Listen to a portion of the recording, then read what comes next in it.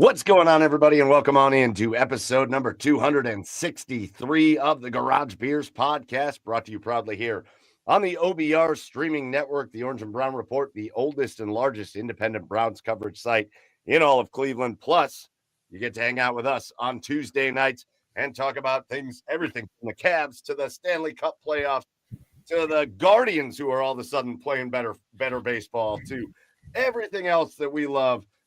So we are glad you're here. Make sure you get over to theobr.com and hit subscribe. And whether you're watching us on YouTube or Twitch, make sure you hit subscribe and like. Or whether you're watching us on Twitter, make sure you follow the OBR on all the socials. Also, make sure you follow our show at The Garage Beers on all the socials so you can, stay tuned with all the goofy shit that we do. With you as always, I'm your host, Michael Keefe. Find me online at Garage Beers Mike. Joining me from the porch over on the east side of Cleveland. Find him online at Garage Beers Chad. It's Chad Meyer. What's up, Chad? I can't stop going down this Jordan Hudson and Bill Belichick rabbit hole. Oh, I just can't. I can't. Like, now there's all this about, like, lying about her age. Like, she might be younger than she is. Can you imagine being a 74-year-old dude trying to date a 22-year-old? Can you just imagine? I can imagine being a 42-year-old, like relating to a 22-year-old. What the hell? I mean, don't get me wrong. Like, more power to him. Like, I mean, it's like I can't even like that's like Hazel, my daughter, growing up and being with like Dan Lanning in 10, 15 years, who's gonna be like 65. Man, there is no I guess the thing that just is. We know what's going on here, right? Yeah, for sure. We know what's going on here. Do you think she right? Exactly. You're over here talking about, like, imagine trying to connect with a 23, 24-year-old. There's no connecting going on there. No connecting. Not even connecting, just relating. Like, there's nothing that a 22-year-old's going through that I'm gonna like be like, yeah, I get it. Bill Belichick isn't there like, I really have to get a deeper connection with this girl. Hell no. Yeah. When the word came out that they banned her from like UNC football facilities, I bet Bill Belichick was the one that was like, hey, somebody fucking ban her. Somebody keep her out of here, please. Yeah. Like, do you think she like has written like Jordan Belichick in like her little notebook like a few times, as she still lives in her childhood bedroom of her bedroom. Yeah, like she dots her eyes with hearts. and Bill comes over for dinner on Sunday nights. Oh my God, that's another thing. Imagine being that dad. Oh God, the whole thing is so weird. And man, listen, like, I think the funny thing as a guy to do, the funny thing is like, oh yeah, Bill getting the 20-something. I think it's so gross. Like, that is disgusting. It's weird on all fronts. There isn't a chance in hell that this girl is sitting there like, I just really love Bill Belichick, and I love him for who he is. Yeah. As if Bill Belichick wasn't like Super Bowl Bill Belichick, as if she met him like walking down the street and he was just a normal dude. She'd be like, yeah, I'm going to date this guy. He'd be like the biggest creep ever. He'd be like, yeah, hi, I'm Bill. What's your name? What's your name? You make him sound like he has a voice box. I played. Well, he kind of does. He kind of does. He's so stoic and monotone. I'm Bill Belichick. She has nothing to do with UNC football. Oh, okay. God, it's weird. I've done my best to avoid the rabbit hole. I did have a really good laugh at one of the more recent Pardon My Take episodes where they were they were trying not to say anything bad about her just because they want Bill Belichick to come on the show. Yeah. And so they're like, we love her. She's great. And we love her. And like, that's all they're, you can tell they were not being serious. Yeah. But the whole thing's weird. The whole thing's real weird. Anyways, listen, we got a great show. You're gonna be with us as this Cavaliers game comes to a close. The Cavaliers are off to a great start to the fourth quarter, unbelievably, after one of the worst third quarters you could have imagined in do or die situation. The Cavaliers, once trailing by more than 10 in the third quarter, have cut the game down to 1 with 9:23 to go in the game, and all of a sudden some of these guys are making shots and they're playing pretty good defensively. So the Cavaliers trying to extend their season. If they do not, this will go down as we'll talk about it. If it's a loss, we'll talk about it. If it's a win, we'll talk about it, but we'll react as the game goes along. We're not going to let it kind of take over the show because we got other stuff we want to talk about, but we will certainly react to that. Like I said, listen, the Guardians playing pretty good baseball right now. They took the first 2 games from the Milwaukee Brewers, and the pitching just killing the trend that you just talked about. It's great, though. It's great. Yeah, I know. So we'll talk about that. We will certainly try to catch up a little bit more on the NBA and the NHL playoffs. We're going to talk about the Browns and minicamp because, Chad, I'm going to be honest with you. I'm letting myself do this again, and I maybe I shouldn't, but I'm letting myself start to think that maybe there's going to be something here, and we're going to talk about that. So we'll get into all that and so much more. But first, it's Garage Beers. So let's do our Garage Beers of the week. Chad, what do you got for your beer of the week this week? Well, but P.S., I'm going to need the Guardians to kind of stay in the hunt all summer because I cannot do You just can't. No, I cannot do a whole summer of overanalyzing who did better in rookie minicamp, but we'll get to it. Anyway, I reached back into the Shandy variety pack from Market Garden, and this is the Ginger Mule Shandy. Woo. That sounds delicious. Ginger Mule. It's awesome. It's really good. It's very gingery and muley. It does. It tastes exactly like a Moscow Mule, man. It's delicious. I highly recommend this one. I thought I was like kind of totally over Shandy beers because really all I ever had was like Line and Kugel Shandies. Yeah, all you ever really knew was lemon. Weird and like overly sweet with it. And I was like, it's cool. Maybe I'm never going to drink these again. And then I started drinking those Market Garden Shandies, and they are a true delight. They are. They really are. Just a delight. They're like a much better tasting sour. Yeah, agreed. Wow. I've got a brewery that I found in the beer store today out of Chicago, which is Hot Butcher Brewing. What? And it's a cool can. The beer is called Maxwell and Coney Hit the Road, and it is a double IPA with a lot of different hop varieties. But nobody can see this. But I like that can. 2 hot dogs in a car. Yeah, it's kind of like Thelma and Louise a little bit. Yeah, it looks like Sausage Party, just only driving a car. Yeah, a little bit of little sausage party, but that's our style here on the Garage Beers podcast. It always has been sausage party type stuff. But no, it's a great beer. It's a very thick, boy, juicy IPA, and it's really good. So okay, all right. Listen, Chad, I have another one for when we get to the episode, but I really want to start things off with one of my assholes of the week because we're going to sit here and talk a little bit about the NBA. The Cavaliers down by 3, but they are trading buckets right now with the Pacers with 8.5 minutes to go in this game. But we just can't let slide what happened last night in the NBA. We can't let this slide.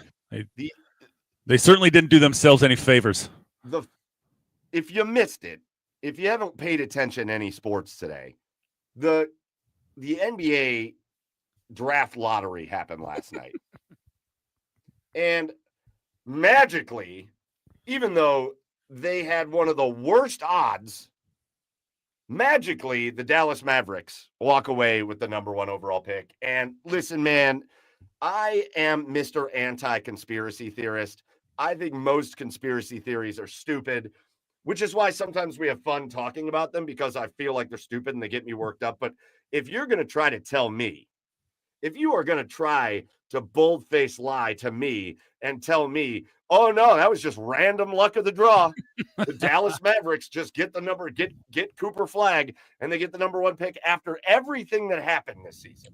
Yeah. After Nico Harrison makes the bonehead trade of trades, and after they get rid of Luka, and the whole Mavericks fan base is ready to riot.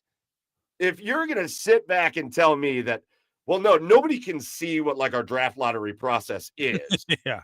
But trust us when we tell you that it's totally random, everybody. And the Mavericks get the number 1 overall pick.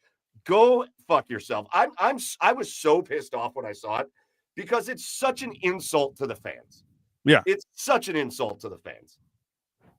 Right. No, I completely agree. I mean, everybody wants to claim like, oh no, it's totally random. It's the process. I've seen the process. They do it in front of all these reporters. Like, how are you going to sell this? They just keep making threes. How are you going to sell this to fans? Honestly, how are you expecting anybody to believe that this was just by chance, that a team with 1.7% chance to get the number one pick in the draft all of a sudden was able to get it? No. It is not. No. You did not do yourself any favors. It's rigged. It has to be. It always has been. After making one of the dumbest trades you've ever made in NBA history, you reward the Dallas Mavericks with the number one pick, and now you give them a core of Kyrie, Cooper Flagg, Anthony Davis, and Klay Thompson. The core still sucks. Like, if I was Dallas, I'd be trying to trade all of those guys. Oh, I know, but still, there's a lot of too much tomfoolery for there not to be any clout to this conspiracy theory. Don't insult me. Don't insult my intelligence and act like we don't understand what this is. Act like we don't understand the backlash from and listen, the much deserved backlash from the Dallas Mavericks fans, which is a big fan base in the NBA, and the backlash is well deserved. But like, to sit and act like, wow, just happenstance that the same year that all went down, wow, they walk away with the number one pick. That's crazy. Unbelievable. And it pisses me off for, like, what the fuck does Charlotte have to do? Yeah. You know what I mean? Like, they've been bad. Yeah. Charlotte and Washington tanked properly this year. And you got, like, I think a lot of people will be watching this going, oh, this is rich. A couple of Cavs guys that are lamenting the draft lottery when the Cavs got LeBron James when they did. Fair. Fine. Okay. Yeah. Did we benefit from that? Sure. But like, now we're talking about a kid that played his college ball in North Carolina, and Charlotte was one of the worst teams in the NBA. Like, we couldn't have set that situation up. Right. That's at least a better story. This isn't a good story. This is just like, oh shit, they really fucked up last year, and we want to help them dig out of that hole. It's like, how much money did they have to pay to be like, you know what? Well, we would like the number one pick. It's just infuriating to me, the NBA, and I'm starting to think just any team that does a draft lottery, like the purpose of a draft lottery is a beautiful thing. Sure. The thought process and the sentiment of a draft lottery is a good thing.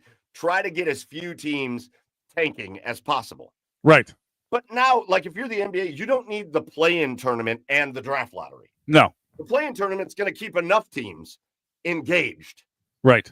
So you got the play-in tournament. Just give the pick to the worst team. Right. That's it. That's all you got to do. Because I'd much rather have that. Right. Yeah. Because there's plenty of bad teams out there too that are going to improve themselves. If they have the number 2 pick, if they have the number 3 pick, but just to do it this way is ridiculous, man. Oh. But although I will say I don't understand the process either, because if it's the same way, because did you watch the NHL draft lottery? Yep. The way they did that, I don't know how on earth they got all these different numbered ping pong balls and how that process works. Just give it just make it easy. Give the worst team the first pick, and so on and so forth. And here you go. Again, enough teams make the playoffs in these leagues, including the NHL. Enough teams make the playoffs. Yeah. You're gonna have a fair amount of teams that are having a fighting chance to make the postseason. Right. So if there are teams that are really shitty and they want to tank at the end, who gives a shit? Right. It'll be better in the end when they get the better players. I do want to give an update. We're at 5 minutes to go in the game, and Donovan Mitchell just hit a 3 to pull the Cavs back to within 1. 98-97 is the score. Pacers up by 1. Cavs got to get some stops, man. The Indiana Pacers have been so good at just putting together offensive possession after offensive, just like they just did. Pacers just hit a 3 right back in the Cavs' face after the Cavs got to stop. And yet the Pacers got an offensive rebound, and Nembhard hit a 3. Like, Cavs are down 4 with 4.5 minutes to go in the game.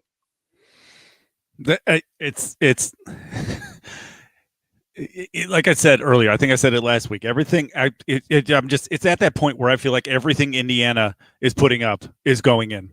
That's it. How can you can't deny Indiana's hustle. You can't deny Indiana's want.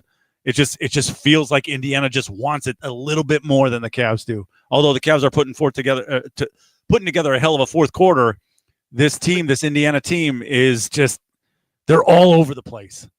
It feels like every time the Cavs get a stop, they come right back. And look at that, Jesus Christ. They're doing to the Cavs what the Cavs have done to teams all season. Look, right. I just said, with 4.5 minutes to go, it was a 1-point game. It was 98-97.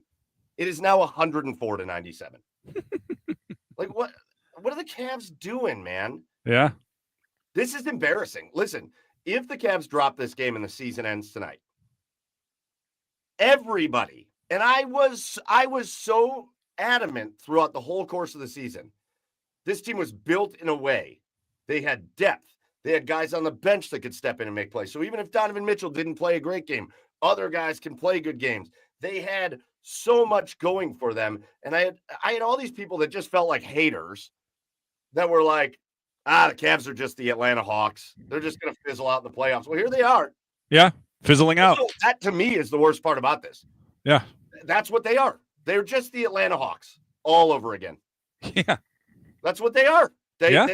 This team, this is embarrassing. Listen, I agree with you, Chad. I think everybody should take a minute when evaluating this whole situation and go, man, the Indiana Pacers were just fucking awesome. Yeah. I mean, they shot incredibly well this entire series.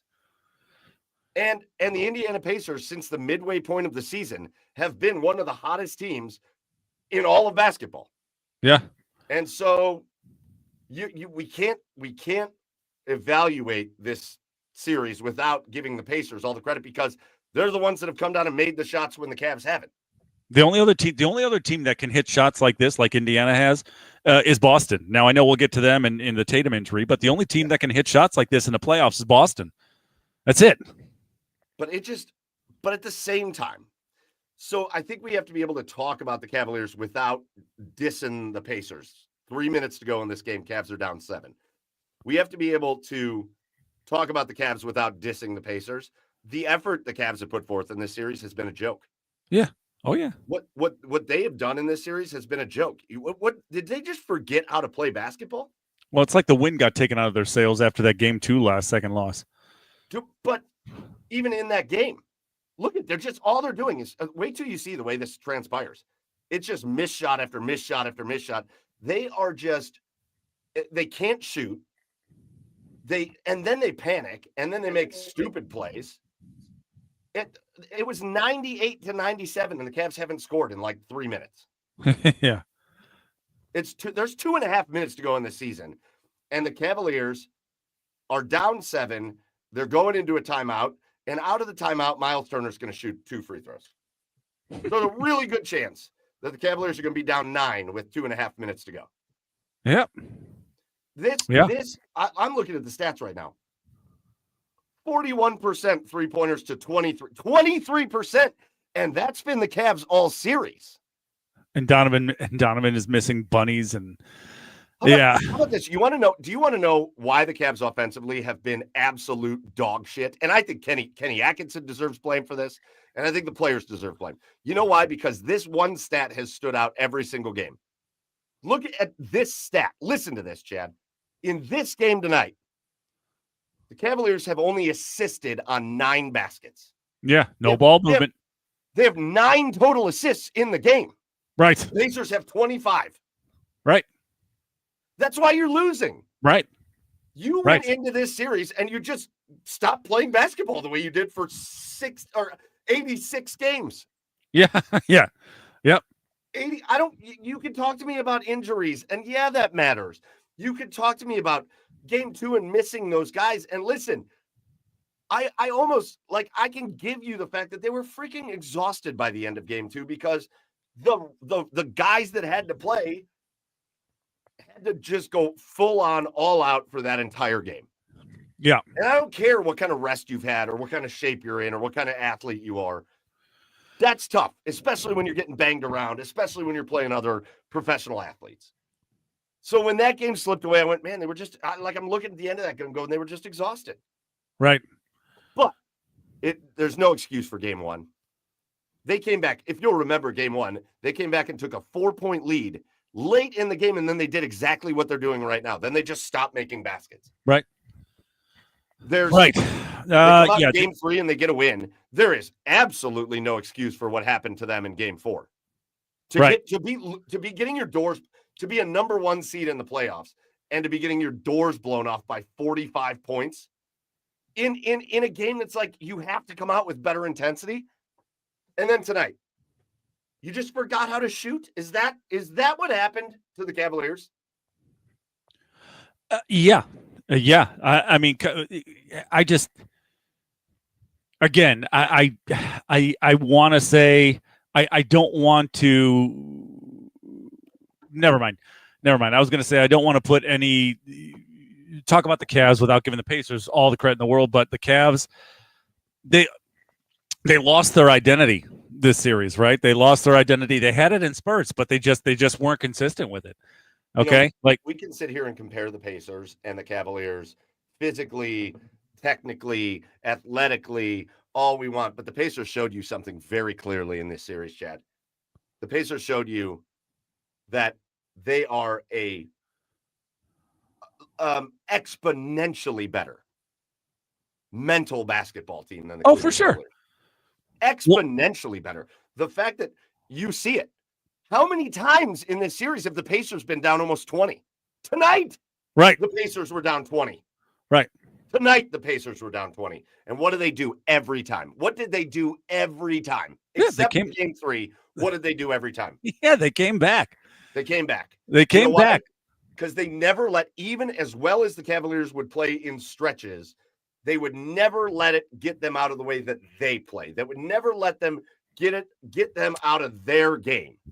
Well, and the Cavaliers will go on a good stretch of basketball, and then all of a sudden they'll have a couple little mishaps and a couple mistakes, and the Pacers will make a couple shots, and all of a sudden the Cavaliers are just playing ISO basketball, and it's they let the Pacers completely take them out of the way they play. Well, and you don't have to look, Mike. You don't have to look any further than last year, right? This is a Pacers team. It's a young team, but they've been through the wars. They've been through the wars. The Cavs have not. The Cavs have not been through the wars. All right. And mentally, they don't want to go through the wars. They haven't been through the wars, and they don't want to go through them. Right. Because as soon as the Pacers punched them in the mouth, they folded. They folded. Right. And, you thought this team might have turned it around in game 3, but then they came out in game 4 and I don't know what that was. I don't know what that was. It was like the best high school team running the worst high school team right out of the gym. Well, yeah, it's a great example. And this is a team that's going to have a lot of soul searching to do in the offseason. And we talked about it before we got on here. It's the same questions about this team are going to be the same questions going into next year. And I don't know what you do. I don't know where you go from here. Because, yes, you had a nice regular season, but no leap was made. No leap was made. No leap, because it was the same ending. I don't care what the regular season, it matters, but it also doesn't when it comes to the postseason. Because you have to, you got to take on a different mentality. You got to take on a different mindset, and the Cavs just didn't. Yes, it was nice to sweep the Heat, but you swept a far, far inferior team in the Heat. Such a good example of what's going on right now. There's a minute 49 to go. The Cavs cut it to 106 to 100. The Cavs are down 6. They get a stop defensively. Donovan Mitchell comes down and draws a foul on a three-pointer. And what's he do? He comes out and bricks the first 2 free throws. Yeah. So yep. Donovan Mitchell missed all 3 free throws. He went to the line for 3 free throws. That could have made it a 106 to 103 game. Donovan Mitchell missed every single free throw. 3 attempts, 3 misses. Pacers have the ball with a minute and a half to go in this game, trailing 106 to 100. The Cavs get the ball back, and wow, Donovan Mitchell comes down and makes a 3. So 106-103 is the score with 127 to go in this game. No timeout right now, so Pacers are playing it out. Listen, we'll just like as this last minute goes, I'm sure we're going to get some timeout so we can reevaluate. But Sure. I know we're kind of eulogizing the Cavaliers right now with 1 minute and 13 seconds to go in this game. They're down 3. If they can get a stop here and get down and get a bucket, we got a ball game. But like they didn't. Pacers score 108-103 with 1:07 to go. And Nembhard scores and gets fouled on the shot. And so he goes to the line. Nice. It's there's so much blame to go around for this. And I've not seen them be able to make enough stops to be like, yeah, they could come back. Yeah, right. Obviously we could certainly talk injuries without making an excuse. Obviously, Darius Garland is hobbled. If you watch this game tonight, he was just hobbling around the court all over the place. Sure. Obviously, he's hurt. Obviously, you had injuries to Donovan Mitchell and DeAndre Hunter and Evan Mobley and okay, fine. Injuries, but that happens. But like the fact that they mentally couldn't get it together. They just missed a shot. Pacers got the rebound. We got 55 seconds left. This game's yeah. You could probably turn it off, man. The fact that they were mentally soft, I think, speaks to the fact that when things got tough, Kenny Atkinson was never able to regroup them. Right. I hope that's the lesson. Man, Kenny Atkinson coached just about a perfect season, didn't he? Yeah, he sure did. He was the NBA Coach of the Year for a reason. He coached a perfect season. But when things got tough, I hope that's the lesson he learns through this process. When they finally faced a little adversity, he and his coaching staff could not regroup the players. Right. They could not regroup these guys. So you have that. Then you have the guys that just no-showed.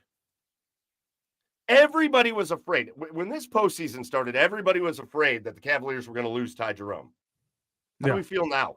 Yeah. I hope he signs a nice contract somewhere because you can't just no-show on a series. Right. He no-showed on the series. He was terrible. And I think you saw how important he was to the Cavaliers this whole season when he no-showed on the series and they got beat as many times as they did. 43 seconds to go, 111-105 is the score. Donovan Mitchell, Darius Garland, DeAndre Hunter, Evan Mobley not being able to shoot. Max Strus had one really good shooting game. You guys just forgot. Like when we talked about Cavalanches, when we talked about how impressive this team was, they were burying teams from behind the line. They were one of the best three-point shooting teams. Offensive efficiency-wise, they were one of the best teams in history. And they just lost it. Well, one of the key things to that was assists, ball movement. And that was just non-existent this series. All right, Pacers just iced the game. Miles Turner just hit a three-pointer with 25 seconds to go. Wait, since when did Miles fucking Turner start able to hit threes? It used to be that the key to beat the Pacers was let Miles Turner be the guy that takes the threes. Yeah. But, man, in this series, he's just been whatever. Anyways, the Pacers are going to win. The Cavs are down 9 with 23 seconds to go. And unless we get like a Reggie Miller situation, which we're not going to do, the Cleveland Cavaliers season has just ended. Yep. Sayonara, boys. At least the Stanley Cup playoffs are on. Dallas had a pretty goal. Anyway. Yeah, this Nadi said it in the comments, and I haven't been looking at the comments, but I'm checking them out now. Nadi, in a sense, says exactly the right thing. Everybody's pressing, trying to do too much on their own. That Nadi is 100% right, and the blame for that goes to Kenny Atkinson. And this goes back to what I was saying before. He has not been able to calm his guys down and get them back into just playing their brand of basketball. Well, he hasn't when things got tough, he's not been able to call the timeout and say the right thing and get his team playing in that ball movement, assisting, finding the open guy, making the extra pass, Cavalanche offense that we saw all season long. It disappeared and nobody was able to fix it. Well, you could even point back to this last quarter of the season.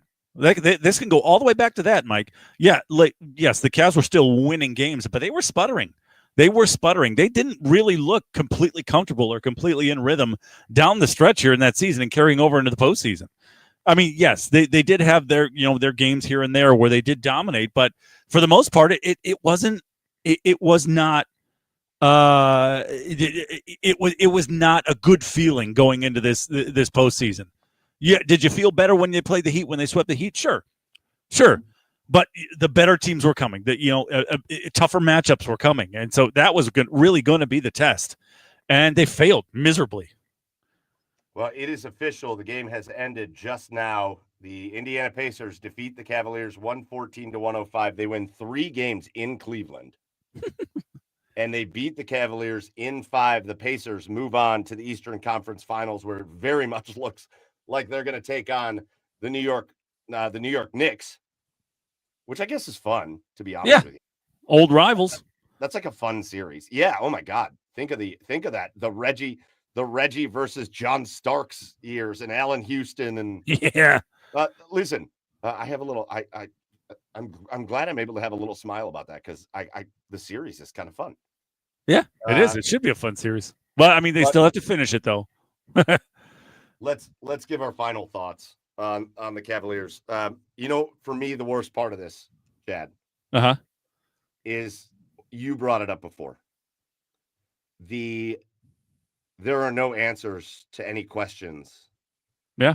When we came out of last year and they had that tough, physical, awful series against Orlando. Right. They got pushed to the limit and they beat them.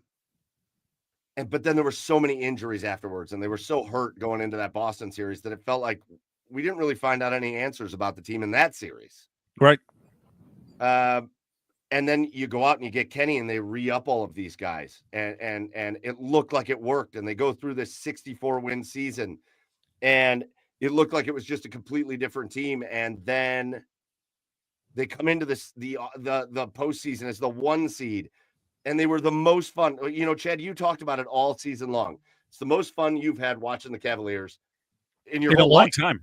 In your whole life. Yeah, pretty much. Ever since the Price and Doherty days. And now we get this. And I have to tip my cap. And I'm not going to be too proud. I'm pissed. Don't get me wrong. I'm fucking pissed. For sure. But I'm going to tip my cap. Everybody that said this Cavaliers team was like the Atlanta Hawks is exactly right. And I hope they feel like it. Right. I love these dudes. I love Donovan Mitchell. I love Darius Garland. I love Evan Mobley. I love Jared Allen. I love DeAndre Hunter. I like the guys that play for this team. I do not think that it should get blown up this offseason. I think that would be a dramatic, weird thing to do. But I hope they feel like the Atlanta Hawks right now. I hope that's what they feel like. Yeah. I hope they feel like that team. I hope they feel like those Toronto Raptors teams that would have really good regular seasons and then just get buzzsawed by LeBron James. You know what the problem is? You didn't get fucking beat by LeBron James. Right. You were the better team all season long. Not to take any. Now, you weren't the better team in this series. Don't get me wrong. I'm not saying that. You were far and away the worst team in this series. Right. But it's because you failed. It's because you failed and you let the Indiana Pacers, the biggest credit I can give to the Indiana Pacers is that they were so much stronger mentally than the Cleveland Cavaliers. They made the Cavaliers mentally look like an absolute joke. Right. They made the Cavaliers look like a joke. They made the Cavaliers mentally look like Ray fucking Finkel from Ace Ventura. Like they're all going to climb back into their parents' houses and watch like old videos in their mom's attic while everybody goes crazy around town. That's what the Cavaliers are at this point. They're soft. And it's not soft. Jared Allen is Lois Einhorn. They're soft mentally. They are soft. And I hope they feel like they're soft tonight. I want to say I loved the Cavaliers season. I had more fun doing the Cavs recaps and all that this season than I have ever had. But I'm also the most disappointed I've been in a Cavaliers team in forever. Yeah. What a joke of a way to end the season. Yeah. And honestly, and next season, it's obviously the regular season is going to be fun. Obviously, the regular season, you got to go through the regular season to get to the playoffs, but nobody's going to really care. I mean, obviously, the Cavs are going to want to make the playoffs, but nobody's going to really care until the playoffs come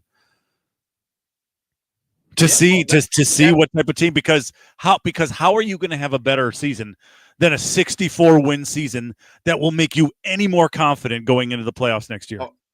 I will tell you this, man.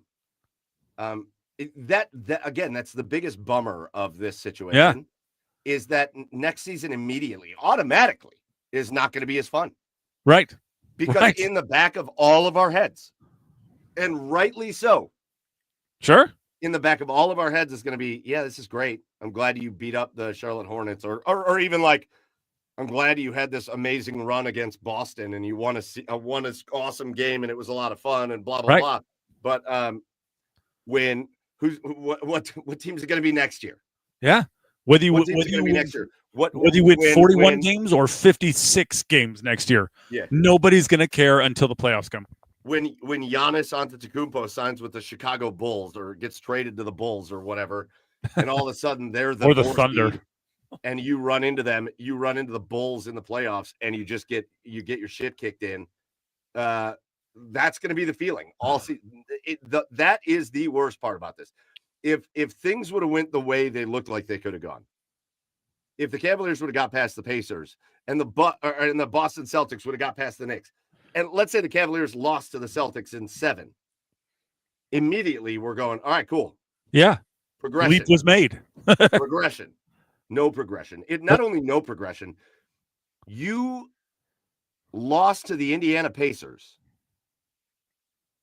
in a more dominant fashion than you lost to the Boston Celtics last year. Yeah. You got dominated more by the Indiana Pacers this year than you got dominated last year by the Boston Celtics.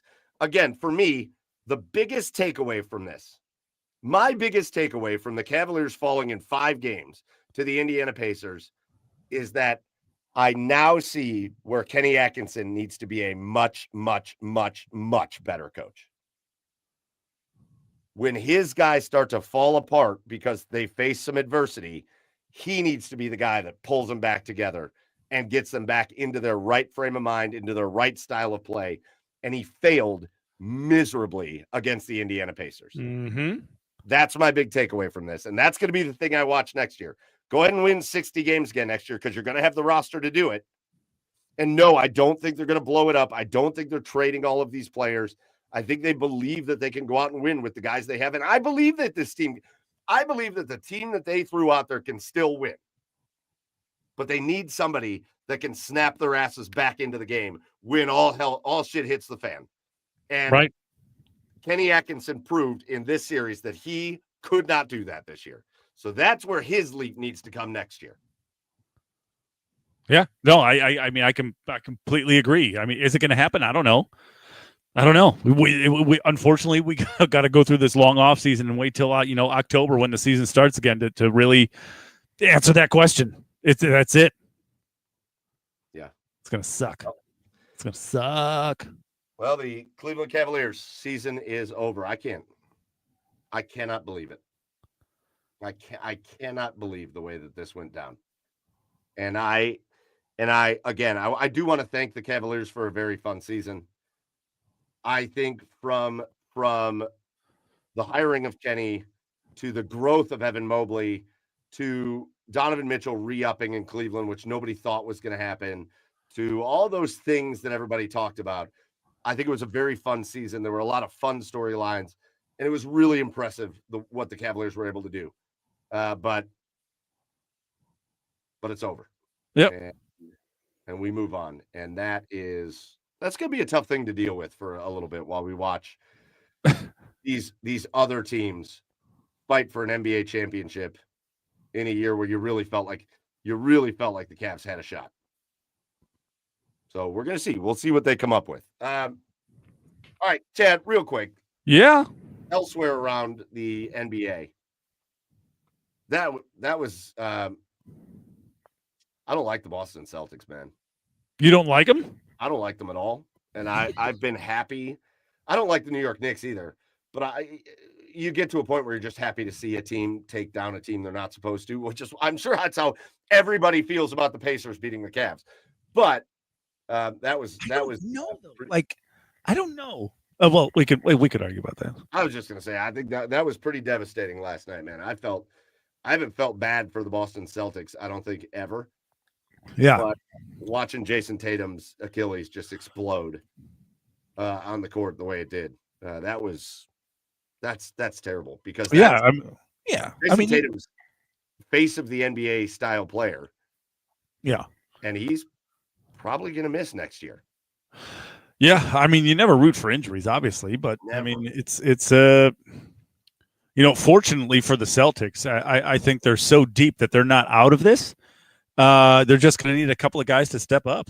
But yeah, it's a shame to see that. Now, like personally, like Tatum on the court, like I don't like him when he's on the court. I hate him. But yeah, it's a shame. Like right in the playoffs, obviously, if you're the New York Knicks, yeah, I mean, and Knicks fans, you'll take it all day, every day. I mean, you're not going to feel any less proud of your team making it to the Eastern Conference Finals if they make it there, because Tatum got hurt. But yeah, it's a shame to see because you want, and when it comes playoff time, you want to see teams at their best all the time and let the chips fall where they may. But Tatum is a huge blow to this Celtics team. I do want to shout. This was Mikey McNuggets, who we love, that we have on the show, and I'm sure we'll have him on to just talk about it. 16 teams in NBA history have ever won 64 plus regular season games with an average margin of victory of 9+ points. The Cavs and the Thunder both did that this year. Of the 14 prior to this year, 13 of those teams reached the NBA Finals. Wow. So to say that what the Cavaliers did in this series is a dramatic failure. That's salt in the wound. For all the historic good things the Cavaliers did this year, this is a historic failure by the Cavaliers. Especially now that you learned that stat. Yeah. Listen, my buddy Marty's in the comments, and he's a Philly guy. And he said all the same things about the Sixers after they lost to the Hawks. The next regular season was brutal to get through. Couldn't have fun watching it. Well, thank God I'm an NHL guy and I have the jackets. It just sucks. It sucks that there's just going to be a grain of salt with everything that happens with the Cavaliers from now on. Yeah. They've turned themselves into the grain of salt team. That's what sucks. That's the label now. It's just that's the label. Yeah. That is the label. You are now officially the grain of salt team. Great. Fucking great. Right. I can't wait. And another thing that you have to think about is do you want to make moves with this team? Right? Because I know you don't like to talk about windows, Mike, but there is a window with this team because of the whole with the way the salary cap is structured now. You only have so much time before you got to start making moves. I mean, all reports are the Celtics are going to have to go through it this offseason. The Cavs' turn is coming. It's coming real soon. So is there a sense of desperation going forward with this team, with this core, or no? I don't know, man. The issue is I don't know what moves you make. Yeah. And again, you know who would have made all the difference? George Niang and Karis LeVert. Oh. I personally think this iteration of the Cavs can win. To me, the thing that has to happen this offseason doesn't really have anything to do with personnel. I've said it a couple of times already on the show. The thing that, and we'll wrap with this and we'll move on to the next topic. But like for me, Chad, the thing that has to happen is that Kenny Atkinson needs to grow and learn from this experience. Yeah. Listen, I'm not saying I'm putting all the blame on Kenny Atkinson. Kenny Atkinson didn't make Ty Jerome forget how to play basketball. Kenny Atkinson didn't make the Cavaliers forget how to shoot. Kenny Atkinson didn't, like, there were a lot of things that could have gone differently that Kenny Atkinson didn't play a part of. But when his team was mentally flushing themselves down the toilet, he could not plunge them out. That was a really good one. That was really good. I felt good about that. That's good. Yeah. You should pat yourself on the back. That's pretty good. I felt good about that. Yeah. He's the guy I think that needs to grow the most from this. And I love him. I love him. I think he's the right coach at the right time for the right group of guys, but he has to learn from this. This needs to be a learning experience for Kenny Atkinson. And that's how I will leave it. Chad, I wanted to get into other stuff. We're going to get into other stuff, but let's dive into, let's have a little fun. Let's dive into Asshole of the Week. Yeah, sure. I've got I'm gonna two. let you do yours second. I'm going to start with my other one. Yeah, I've got two as well. So there is a theme to my assholes of the week, my multiple assholes of the week. By the way, if you're new to the show, asshole of the week is just where we call somebody out for being an asshole this week because it happens all the time. I've already called out the NBA. So I'm going to keep the theme. I'm going to call out Major League Baseball. Hey, I want to be so clear on this. I know I'm a little vulgar tonight, but I'm also angry and I'm upset and all that. Go off, Mikey. Hey, Major League Baseball, go fuck yourself. You Yeah. are a fucking Yeah. asshole. Yeah. What Major League Baseball did today, this afternoon, enraged me. Yeah, right.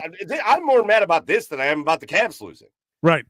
You waited, you sons of bitches. Rob Manfred is a piece of shit. You waited for Pete Rose to die.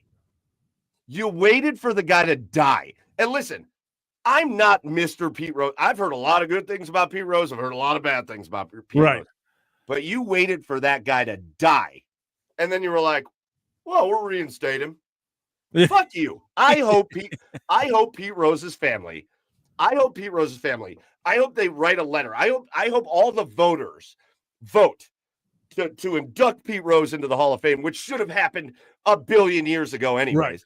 I hope they all vote for him to be in the Hall of Fame, and I hope the entire Rose family sits on a copy machine and takes copies of their own ass and sends it to the Hall of Fame and says, kiss all these asses. Here's my taint. Here's my taint. Kiss every single one of these asses. I really, truly hope that Pete Rose's family, and to be honest with you, I would love it if the Cincinnati Reds jumped into this and said, nah, he's in our Hall of Fame. We will memorial. I hope the Philadelphia Phillies do the same thing. You know, we're going to memorialize Pete Rose. We're going to put him in our Hall of Fame, which he already is. But otherwise, screw you, Major League Baseball. I knew this was going to happen. The minute they announced that he died, I knew that this was going to happen.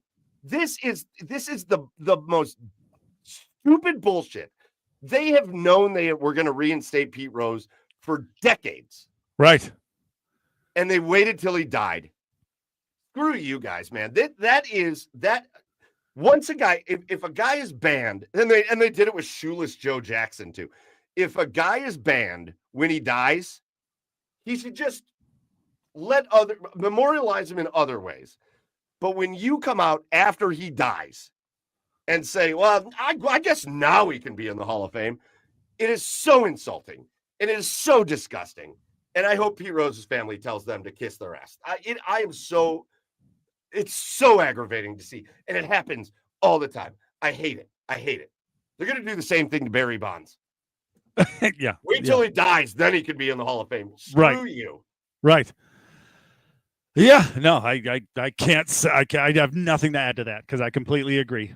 This was at minimum 15 years too late, or however long it's been since gambling was made legal in Major League Baseball, or in sports in general. Pete Rose deserved for a long time to be in the Hall of Fame, and yeah, you go ahead and do this. It's an asshole move. It is an asshole move. Yeah. Awful. Anyways, go ahead. You said you have two. I have two. The first one, because I know I got a video for the second one. The first one is, did you see this? Did you see this clip going around Twitter? I think it was last week. It was in Columbus. That's why I'm pointing this out. It was in Columbus. It was right where 670 merges off of 71. Some asshole missed their exit, and they were like 3 lanes over. So what do? No. They don't go to the next exit and turn around and figure it out and navigate their way back to 670. They stop. They come to a dead stop 3 lanes over from their exit. 3 lanes over and cause an accident. Cause like a 4 or 5 car pileup because they missed it. What a dipshit.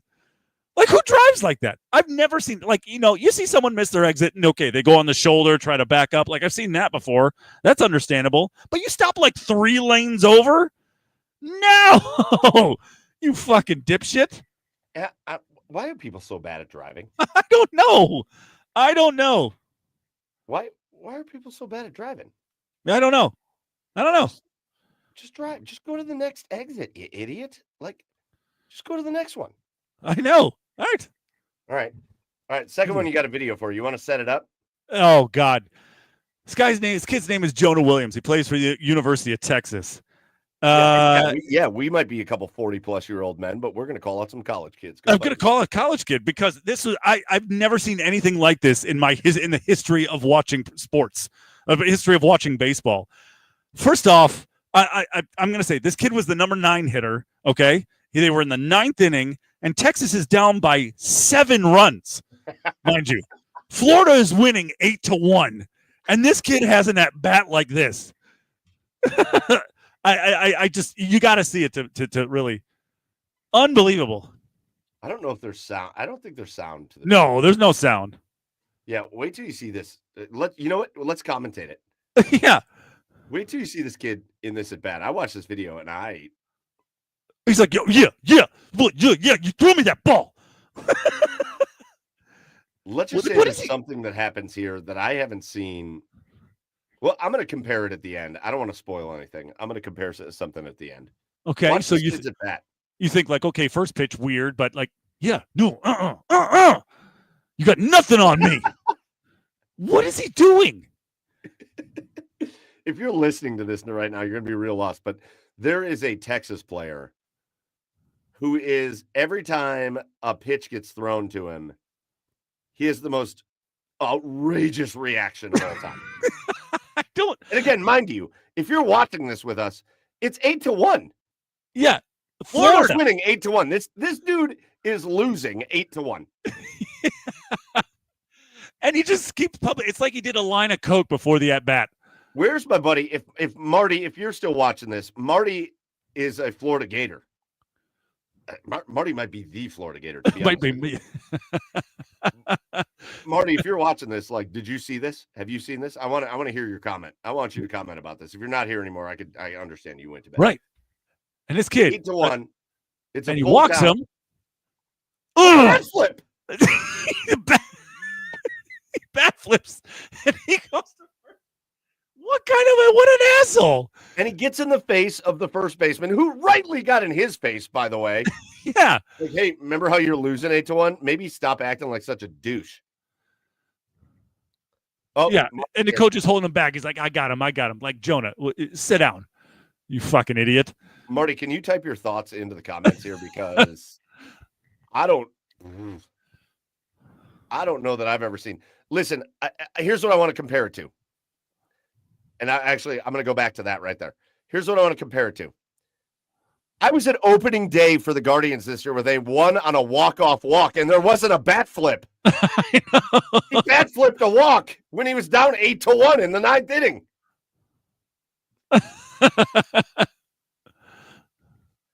Dude, I hope you study hard in school because right. That's going to be the end of it. That's going to be the end of that. There's nobody. I saw somebody. Actually, I think it was the thing you sent me. I love the comment. It was from like a Texas fan. He was like, "Can we get this kid into the transfer portal immediately? When can this kid hit the portal?" Yeah, outrageous. If you're listening, you're going to be real confused as to what just happened. Yeah, but go look at Jonah Williams' at bat against Florida, in case you're wondering. Highly encouraged. That's a good asshole of the week. All right, Chad, let's move on to a couple things Marty says. It was one of the most incredible at-bats I've ever seen. Outrageous. Incredible in so many ways. Like, the word incredible there is carrying a lot of weight. A lot of weight. All right, Chad, let's do some quick hitter things. I want to talk about Brown's minicamp, man. And I want to do it in a way that is smart and not fucking stupid like everybody else does it. And here's what I mean by this.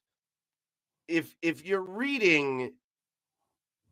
trying to read into like rookie minicamp, if you're trying to read like anything into like what it says for the season or whatever, you suck. Stop it.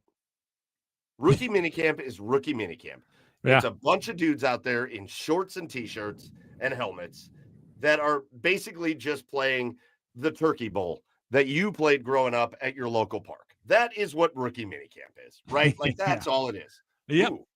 Hold on, Marty. Marty says apparently that dude for Texas is a 5-star safety for the Oh, football really? team. All right. Cool. I hope he enjoys his time at Southeast Louisiana State University.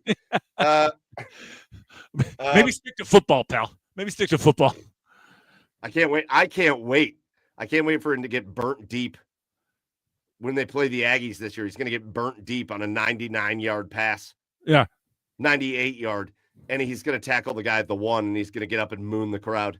Yeah, he's 100% the guy that makes a big hit after like a 64-yard gain and gets in his face. And he does the worm off the field. Yeah. He's the Greg Newsom of college football. Oh, shit. So I want to have a smart conversation here. I'm not going to read a lot into what happens at rookie minicamp. But I do want to have a conversation about some of these rookies. And I do want to have a conversation about Shedeur Sanders, Chad. So can I be cool about saying something about Shedeur Sanders? Uh-huh. Can we be cool with me saying that he's not been asked to do a lot? His life has not been difficult since the draft. But I really am impressed with the way he is approaching this situation. Like, is that okay to say? Like, I'm not saying I think he's going to be the next, the greatest quarterback in the history of the Cleveland Browns. I'm not saying I think he's even going to, I don't know that he's ever going to like stick around long enough to make his name with the Cleveland Browns. Right. Because he still is a 5th-round quarterback. And he still has a big a mountain to climb to get where he thinks he can get. But Chad, dude, I'm impressed with the way he's handled things. Yeah. He seems very like he's coming across very like kind of humbled by the situation. Mm-hmm. Every time I listen to him talk, I go, oh, shit, okay, that he's not saying anything where I'm like, that's not great. Like you're not wrong. Like you don't like that. Like we're like you're. Wow, man, that's really egotistical. Like what a narcissist. No, like he just feels like he's coming into work. Even the outside of football stuff that he's doing, like the high school stuff that he's going to visit kids playing high school and all that, and like everybody's like blah blah blah. The fact that he's not like his team isn't telling like news stations that he's going, he's just going. Yeah, and like he's not trying to make a big deal out of it. He's just going and doing his like. I am impressed with the way he has started his Browns career. Again, a lot of the way we feel about this kid is going to come down to, can he make plays out on the field? And we'll talk about that in a minute too. But like a very impressive start to a guy that people had some concerns about, and that I had some concerns about. Sure. A very impressive start to his career. Sure. Yeah. I mean, I agree. He was, he was growing on me, right? He was growing on me with all of his comments, right? I'm obviously I'm not going to say, oh no, look at that duck that he threw on his first pass in the first day of rookie minicamp. No, but it was just with the way he comes across. He came across, his personality. I mean, he just, and then there were the reports of him staying for 20, 30 minutes after practice was over, throwing to receivers. Yeah. Like so far, his first 3 days as a Cleveland Brown have been very good, have been very impressive. But listen, here's the other thing. Like, you know what I like about it? That's the stuff he's going to have to do. Yeah. When you're a 5th, I know he's Shedeur Sanders. I know he's got a big name to him. And do I believe he was talent-wise worthy of being a 5th-round pick? No, I don't believe that at all. I think he was a 2nd-round pick. Right. But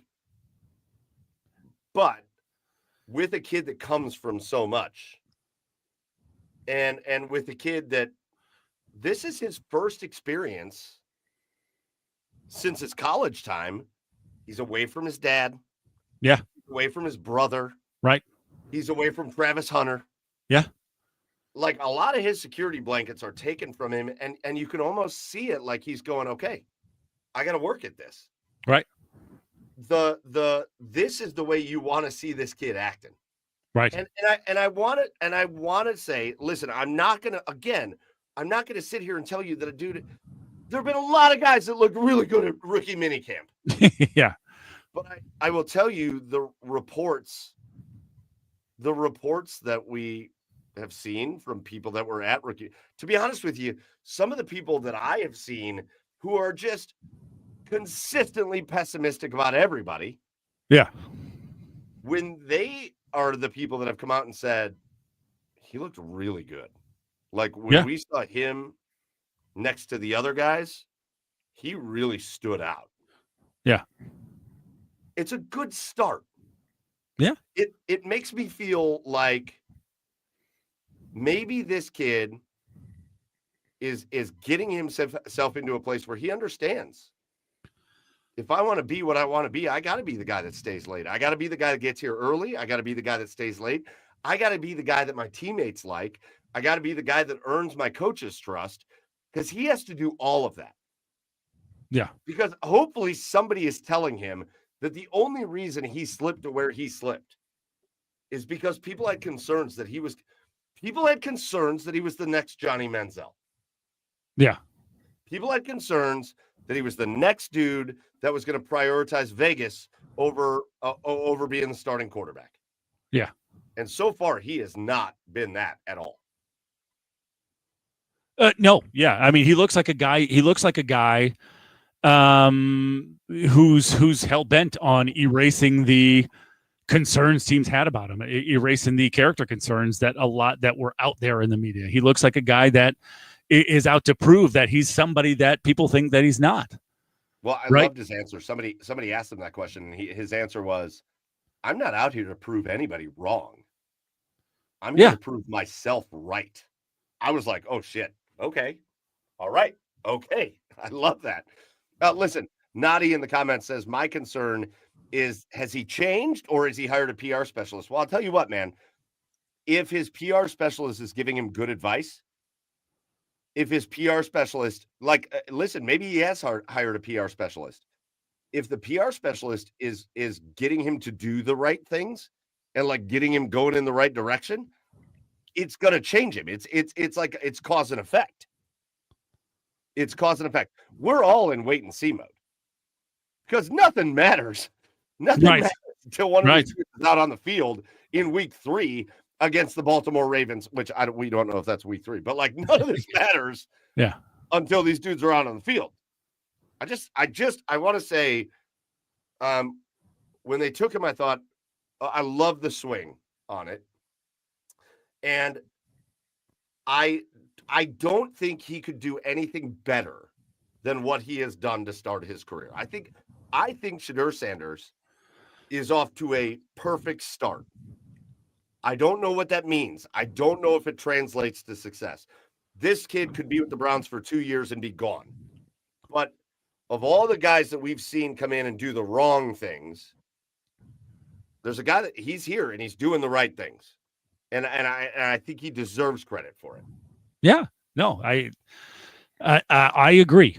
I agree in that he, yes, I mean, I agree with Nadi. Yes, we're in wait and see mode. But I think it was going to be a wait and see mode, whether he was drafted in the 2nd round or he was drafted in the 7th round. Yeah. Right. Because you heard all of the reports coming out about this kid. You just had to wait and see. And that's why I think being a 5th round pick it affords him that luxury. Right. It affords us that luxury to be in wait and see mode, because if we drafted him in the 1st or 2nd round, we're expecting him to come in and be the guy. No, he's a 5th round pick. He's Deion Sanders' son, who's a 5th round pick, and he has a lot to prove. He has a lot to prove to everybody, and so far he's getting off on the right foot. Yeah, 100%. And listen, to be honest with you, so is Dylan Gabriel. I'm a little bit excited about these 2 quarterbacks. Yeah. I've said it. I think obviously the guy that is probably in the biggest amount of peril on this team is Kenny Pickett. and I think the Cavs are going to try to trade him, because I don't know if you're going to even be able to trade Joe Flacco. But I'll be honest with you. I hope they go through this whole training camp process. I'd love to see one of these dudes to be honest with you, I'd love to see Dylan Gabriel. If Dylan Gabriel, everybody talked through rookie minicamp, everybody talked about the zip on his pass, the quick release. And listen, again, it's only rookie minicamp. Don't get me wrong. I'm not trying to go crazy, but man, I'm trying to watch this team win for a while. Right. I don't know that I need to see Joe Flacco out there. Right. I don't know that that's going to do anything for me. I know people in Cleveland fell in love with this guy. And for good reason, man. What a special thing that happened. Yeah. But like Dylan Gabriel's like 100 years old himself. Yeah. I think I'd rather just see him go out and get a shot to like see if he can play NFL football. Yeah. Like, well, unfortunately, right? Like, yeah. I think that does more for the. I think Dylan Gabriel's the guy where it's like, send him. He's 25 years old. Send him out there. Yeah. See if he can play NFL football. Let him take the reins on this. You got Shedeur Sanders in the wings. And God, what if Dylan Gabriel's like, what if he's awesome? Yeah. I mean, that's the what ifs. But to me, there's no what if with Joe Flacco. Joe Flacco is gonna he'll have some 300-yard games. And he'll have a few games where he is awesome. And then he'll have a couple games where he throws 6 interceptions. And you're like, what the fuck is going on out here? But we know what we're gonna get there. And it might be enough to win you a few games. But that's it. And then he's done. Joe Flacco isn't going to play for the Browns after this year. Yeah. I mean, you better buckle up, Mike, because I think it's going to be another tough year, right? Because this is a transition year at quarterback. It is whether you like it or not. It's a transition year at quarterback because yes, you mentioned what we're going to get from Joe Flacco. Kenny Pickett, sure. Can we see if he plays? If he can play? Sure, maybe he has a Sam Darnold year, but then you have 2 rookies that you're just not going to know until they get in there. It's a transition year at quarterback, and if that defense doesn't have a year like they do in 23, where they masked a lot of what Joe Flacco did, a lot of the losing plays that Joe Flacco did, it is. I feel like we're in for another long year strictly because of the quarterback position. Maybe Dylan Gabriel surprises us. Maybe Shedeur surprises us. I don't know, but I will tell you one thing. For the first time in about 10, 12 years, I am wildly intrigued to watch the preseason. Man, I am. I know I'm in the minority when I say this, but I am deep within my convictions of saying this. There's 4 quarterbacks. Mm-hmm. There's 5 quarterbacks on the Browns. There's Deshaun Watson. Yeah. And I hope he never plays football ever again in his life and go fuck that guy. But let's talk about the 4 quarterbacks, Pickett and Flacco and now Sanders and Gabriel. Sure. If I were ranking those 4 quarterbacks as far as just guys that I want to see play football for the Browns this year, Joe Flacco's at the bottom of the list. I would rather see if maybe Kenny Pickett learned something with Philadelphia. Yeah. I'd rather see it. Maybe he did. Maybe he sucks. Maybe his little tiny hands. And I don't know why speaking of PR, we were talking about PR before. Whoever is on the PR team for the Browns and Kenny Pickett needs to stop letting that dude wear black gloves. Remember, black is slimming, and his hands don't need to be slim. I'd rather see Kenny Pickett get a look. Joe Flacco I love him. I love what he did for the Browns. I wish he never came back, to be honest. I would rather see if maybe you could get a jump out of a guy like Kenny Pickett. Or I'd rather see if Dylan Gabriel can be a guy that can come play football for your team. Chad, are you there? Did you freeze or did I? Chad. Hey, in the comments, is Chad frozen or am I? Somebody tell me. Chad is frozen. All right, Chad's frozen. His internet must have effed. Oh, God. Is there a way that I can not be the biggest face on this screen? I'm sorry, guys. No, there's a couple other things we want to talk about, but I want to wait till Chad gets in here. But you guys keep talking. Chad just left. His internet dropped. He's going to come back in. But you guys tell me your thoughts. Jote says it here. I'd rather see Kenny too. Joe Flacco. Listen, man. here's the thing for me. It's not about Joe Flacco being a turnover machine for me. It's about Joe Flacco being 40 plus years old. And let's talk about best case scenarios for a minute. The best case scenario with Joe Flacco is that you kind of have the same situation you had a couple years ago. Maybe you could can I say something real quick about the Browns? The roster is not nearly as bad as everybody thinks it is. It's not. I love seeing these people like, oh, the Browns are easily one of the 3 worst teams in football. No, they're not. No, they're not. This roster isn't as bad as people are making it out to be. This is a pretty good roster. But in best case scenario, best case, you're going to get the same kind of run you got with Joe Flacco the first time around. You're going to win some games, and it's going to be fun. It's going to be fun as shit. You're going to lose a bunch of games where Joe Flacco throws like 4 interceptions, and you're like, what just happened? But even in best case scenario with Joe Flacco, are you going to get past the first round of the playoffs? Are you going to get past the first round of the playoffs? No, of course you're not. No, you're not. And I don't know that you are with Kenny Pickett or not either. But the point is, I don't know. The point is, I'd love to see if that dude learned something in his time winning a Super Bowl with Philadelphia. I'd love to see if maybe his work ethic changed after a failure in Pittsburgh and then going to Philly and learning something from an organization that won a Super Bowl and then coming here. I'd like to at least see it.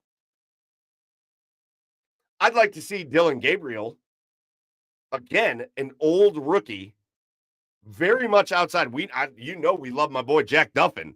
We love my boy Jack Duffin here. He loves his age guardrails. Dylan Gabriel, much outside the age guardrails. I'd like to see if that dude, hey, listen, maybe they found something with this guy. Maybe they found something. I'd like to see that more than I'd like to see Joe Flacco.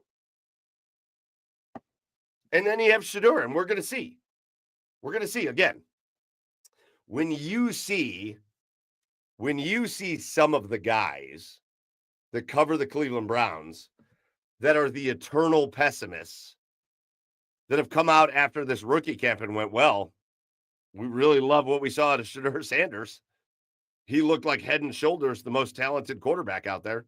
When you see that, get you excited.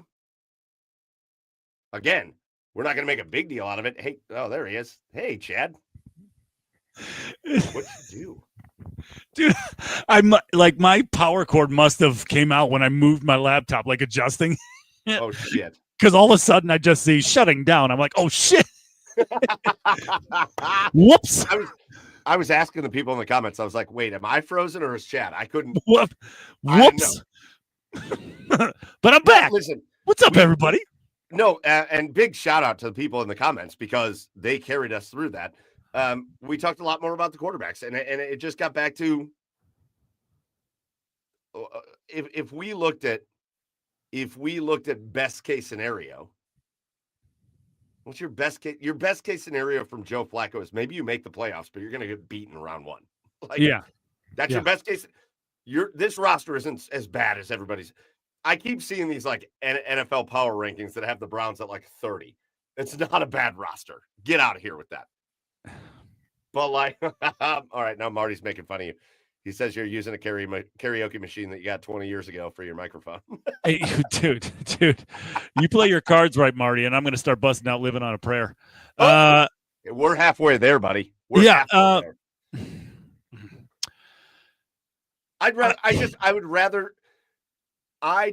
To me, the best of a Joe Flacco year is a wasted season. Give me Dylan Gabriel. Give me Kenny Pickett. See if those guys see if Dylan Gabriel has something or see if Kenny Pickett has grown a little bit. Shedeur is just kind of waiting in the wings unless he really blows everybody away. But like otherwise, the Joe Flacco thing, I don't need it. I don't need it. So what's my best case scenario? My best case scenario is Joe Flacco flames out after like 4 or 5 weeks and then Like he did in Gabriel. Indianapolis. Yeah, and then Dylan or Shador come in and show us that we've got our franchise quarterback with one of those two. Could you imagine? My worst case, my worst fear, not my worst case, but my worst fear is like Dylan and Shador come in, or Dylan or Shador come in, and they're like good but not great. So we're stuck in this like purgatory to where it's like, do we draft a quarterback or not? Like Shador showed us a little bit. Like if Dylan and Shador play this year, I want to know, like, yeah, we got our guy. Or I want them to suck so fucking bad that we get a top pick and we get one of the top quarterbacks in next year's draft. I want one or the other. I don't want middle of the road Dylan or Shador. I want one of them to be great, or I want them to suck a lot of balls. You know what my worst case scenario is? I don't care. Joe Flacco, again, I don't mean to make this. I don't have anything personally against the guy. I just think with the roster we have right now, we don't need like a 41-year-old quarterback. So Flacco notwithstanding, you know what my worst fear is? My worst fear is that Kenny Pickett like somehow wins the starting job and is like Derek Anderson good. Oh God. Like he's like, oh shit, is he good enough to like win? Remember when Derek Anderson won 10 games with the goddamn Cleveland Browns? Yeah. Like imagine Kenny Pickett comes in and he's Derek Anderson good.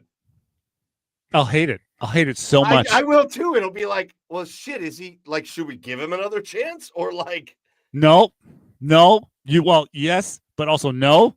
I know. Like if he comes in and has a Sam Darnold year, like I said, I'll oh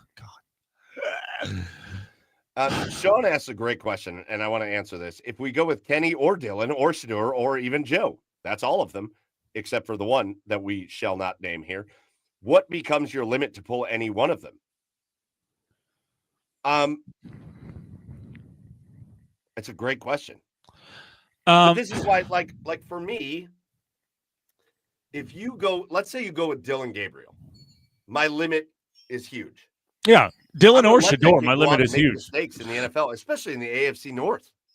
I'm gonna let that kid go out and make mistakes. If it's, I don't think it'll be Shador. If it's, listen, man, I'm gonna tell you this: if Shador Sanders wins the starting job out of camp, which I do not think is going to happen, but if he does, there is no limit. He is the starter, period, end of story. I don't care how many interceptions he throws in one game or the next. I'm playing that dude every game of every week. If that dude does enough from the 5th round to win the job out of camp, there is no leash. Just go out and play and see what you can do. Yeah, I think with Flacco? I think with either one of these rookies, that's the case, right? Yeah. You have to give them a genuine shot to see if they're the guy, right? You have to give them. But I mean, Joe, like if you go through the first 4 games and you're just not doing anything, like you're not moving the ball, he's throwing pick after pick, like you're not scoring points. Yeah, I think my limit with Joe is 3 or 4 games. See you, dude. Yeah. And then it's cut. Then it's like, yeah, then it's goodbye. Yeah, I agree. Marty tried to ask something, but I don't. Where does the scenario of a 9-8 season where you are in the playoff hunt for the whole season with one of the vets? I don't know what. There was no end to that question. It just, Marty, you just. Can I tell you? It's.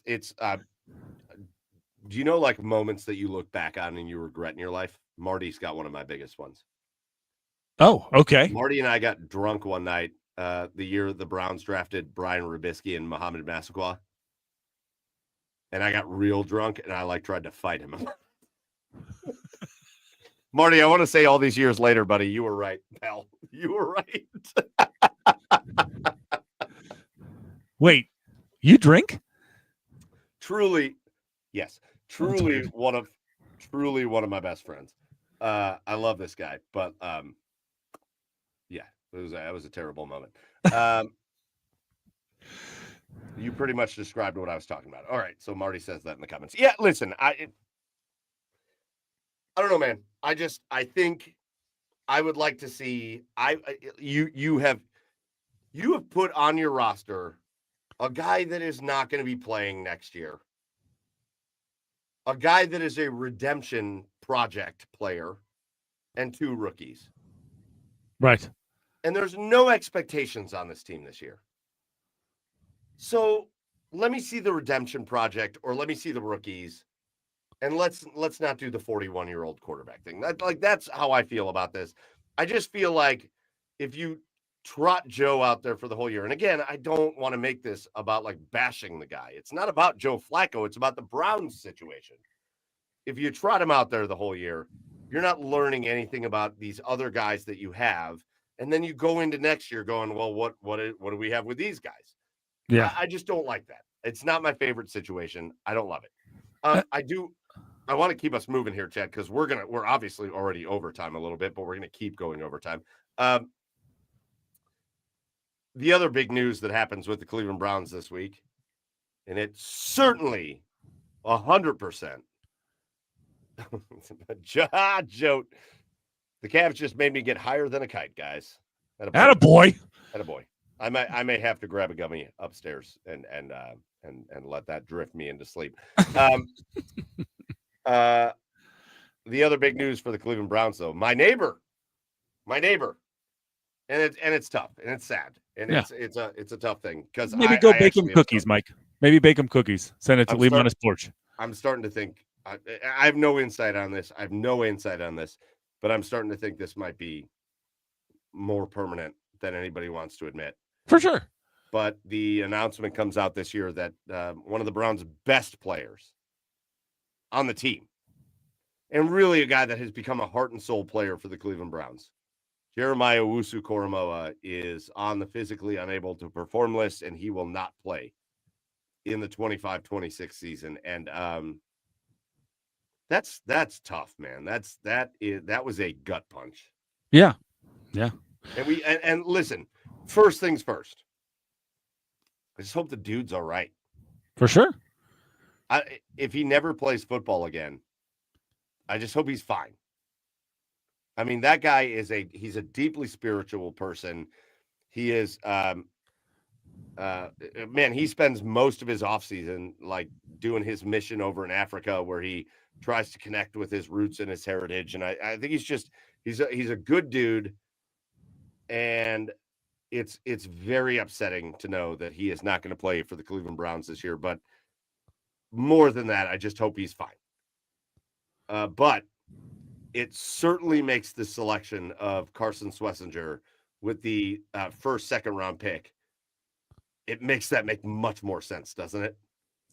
Well, I think that was the first thing that popped into my head after I calmed down from being pissed off about the pick being taken.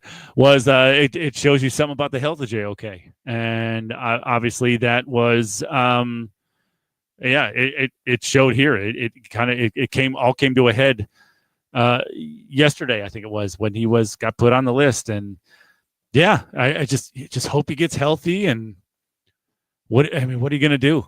You hope to see the guy on the field back one day, but most importantly, his health is what comes first. Yeah, those neck injuries, those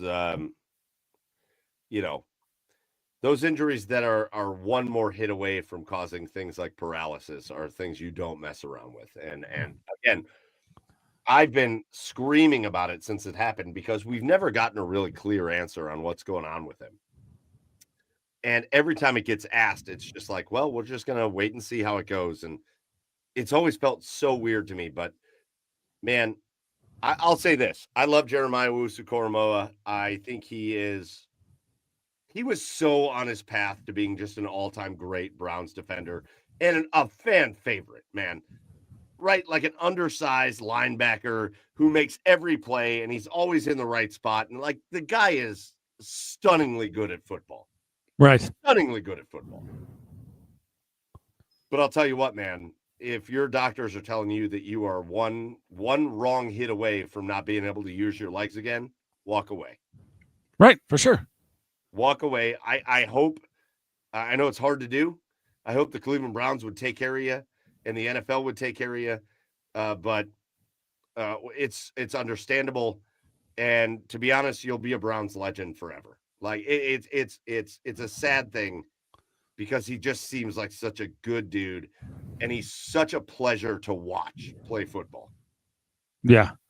But if you're one hit away from something catastrophic happening, hang him up, man, and I'm sure there are many big things awaiting you. Yeah. Yeah. That's what I hope for him. Yeah. Going to start the first Ghanaian professional football league. Dude, let's go sweet. for it. Yeah, why not? Otherwise, rookie minicamp was just kind of what it was. Right. One last thing we got to talk about, Chad. I'm sorry. One last thing we got to talk about with the Browns. Nick Chubb ain't coming back. Nope. Bye. Like, no, well, let's not say it like that. Let's not disrespect Nick Chubb. No. I mean, he's not coming back. I know. But I've mentally prepared myself for this for a while now. You know, I've wrapped my head around this. He's going to be one of my favorite Browns that's ever played for this team. And, but yeah, it's time. All good things must come to an end. And it looks like this is it right now. I mean, it's the drafting of two really, really, really good running backs should have told you that, right? Should have put a wrench in that works about him coming back. But well, after they drafted those two running backs, it was like, well, maybe, because Jerome Ford's contract was kind of weird. Yeah. When that situation went down. But then when Jerome Ford restructured his contract, it was like, okay, well, your running back room is going to be Sampson, and it's going to be Judkins, and it's going to be Ford. That's going to be the room. The minute Ford restructured that contract, I was like, okay, that's it. That is it. Right. And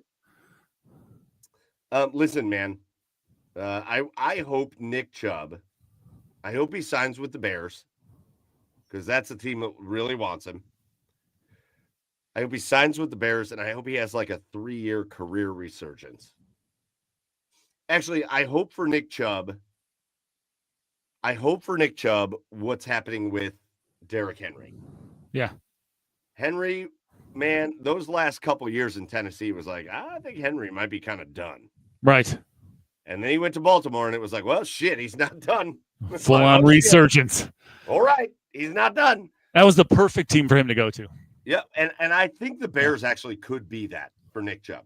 After the moves they made on the offensive line this year, this offseason, I can't wait to watch the Bears season. I will root for Nick Chubb until he is officially retired and gone. I love him. He's one of my favorite players that's ever played for the Browns. My favorite memory of Nick Chubb will always be that Hard Knocks episode when right after he got drafted, he was waiting at the baggage carousel at Hopkins, and some like scrawny middle-aged white dude came up to him and was like, who are you? Yeah. And he was like, yeah, I just got drafted for the Browns. And he was like, I never heard of you or whatever. He was like, yeah, I play running back. He's like, cool, man. I hope you do okay. Now everybody knows him. Nick Chubb was just a special player at a special time. And much like some of the other things we've had to talk about, he had to overcome shit to become the guy. Yeah. Namely, he had to overcome Hugh Jackson's dumbass, acting like he wasn't good enough. Right. And he did. And he became an all-time great. Really. For an organization like the Browns that has housed all-time great running backs. The Cleveland Browns over the years haven't housed a lot of all-time great anything. But man, oh man, have they housed all-time great running backs.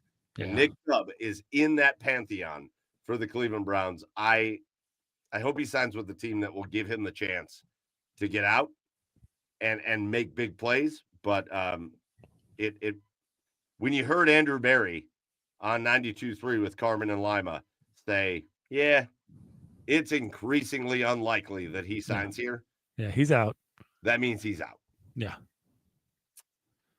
So well said. I mean, he'll be very much missed in this organization, in this fan base, in this community, in this city. But It's time. It's time to move on. Yeah, it's time to move on. So, anyways, those are like the big news things coming out of the Browns. We'll continue to react to them as they happen. But we're also, again, I know we're on the OBR, and I know you guys love the OBR, and I know you guys love the Browns, but we're going to have to take a minute to talk about the Cavs a little bit. We're going to have to take a minute to talk about the Guardians a little bit. Sure. And we're going to have to take a minute to talk about hockey and all that stuff. And so as we get into these dog days of late spring, early summer, where nothing is going on with the Browns, there may be some times we don't talk Browns. Otherwise, though, there may be some times we have some really fucking cool guests on to talk Browns. So stay tuned for that. All right, just a couple quick hitters before we get out of here, Chad. The Guardians bucked my trend tonight, man. They did. They sure did. Okay. All right. Yeah. I mean, will that keep going? I don't know, but still. Chad. What?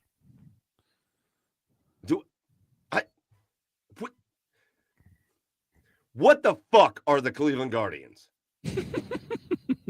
I don't know. I don't know either. What the fuck are the Guardians? I don't know. Can you tell me? Can you help me? No, I don't. Can we talk through this? I don't know what this team is. I don't know. I don't know. They're a roller coaster. They're a roller coaster is what they are. It's just so many peaks and valleys, but and it's a game by game basis. A game by game basis is a different roller coaster ride every time, every single day. It just seems like we're riding a different ride. And the Guardians have the second best record in the American League. I know, but it doesn't feel like that. It does not feel like that. The Cleveland Guardians have a better record than the Yankees, the Royals, the Mariners, the A's. Who, by the way, shout out to the A's for having like a good start to the year. Right. The Astros, the Twins, the Rangers, the Red Sox, the Blue Jays. Second best record. Guardians are better than all of them. Yeah. The Guardians, I will say this. From the time we talked last week and the Guardians had like a minus 24 run differential, they're down to minus 10. Yeah.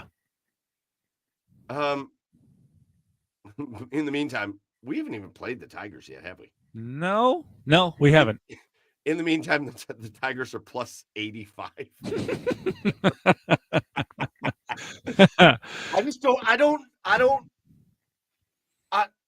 So we got news this week. Let's start talking about news. Okay. The Guardians, the Brewers come in, and they're not a good team this year. They're like a 500 team. They're always okay. Yeah. The Guardians have taken two games. They've shut out the Brewers in back-to-back games. Gavin Williams tonight was awesome. By the way, Emmanuel Clase is back. He was so dirty tonight. It was unbelievable. Yeah. So here's where we're at. We're in the middle of May. David Fry has started his injury rehab assignments. Right. Which means David Fry is just weeks away from joining. He's on his way back. Yeah. We're any minute away from getting the news that Shane Bieber has started ramping up and warming up and getting back into it. Right. We got a shot that these guys are like, you got a shot to add 2 All-Stars from last. Well, no, Bieber wasn't an All-Star last year, even though he was so good to start the year. First 2 starts. I mean, if the rest of that year was going to go the way his first 2 starts did, he would have been. I mean, we're very close to adding those 2 dudes. Yeah, I know. That makes me feel much better about this team. If you can, I don't know, like, it makes me, I'm more excited for Shane Bieber, right? Because David Fry, you don't know, right? Was he a flash in the frying pan last year? Hey. Was he a flash in the pan last year? I don't know, because he had a career year last year. So will he be a big addition to this lineup? Yeah, maybe. He should be if that trend continues, but I'm more excited for Shane Bieber to get back into this rotation. Especially the way this rotation needs him. Yeah, this rotation needs him bad. You need a stalwart, like a steady force in that starting rotation, and Shane Bieber can give you that.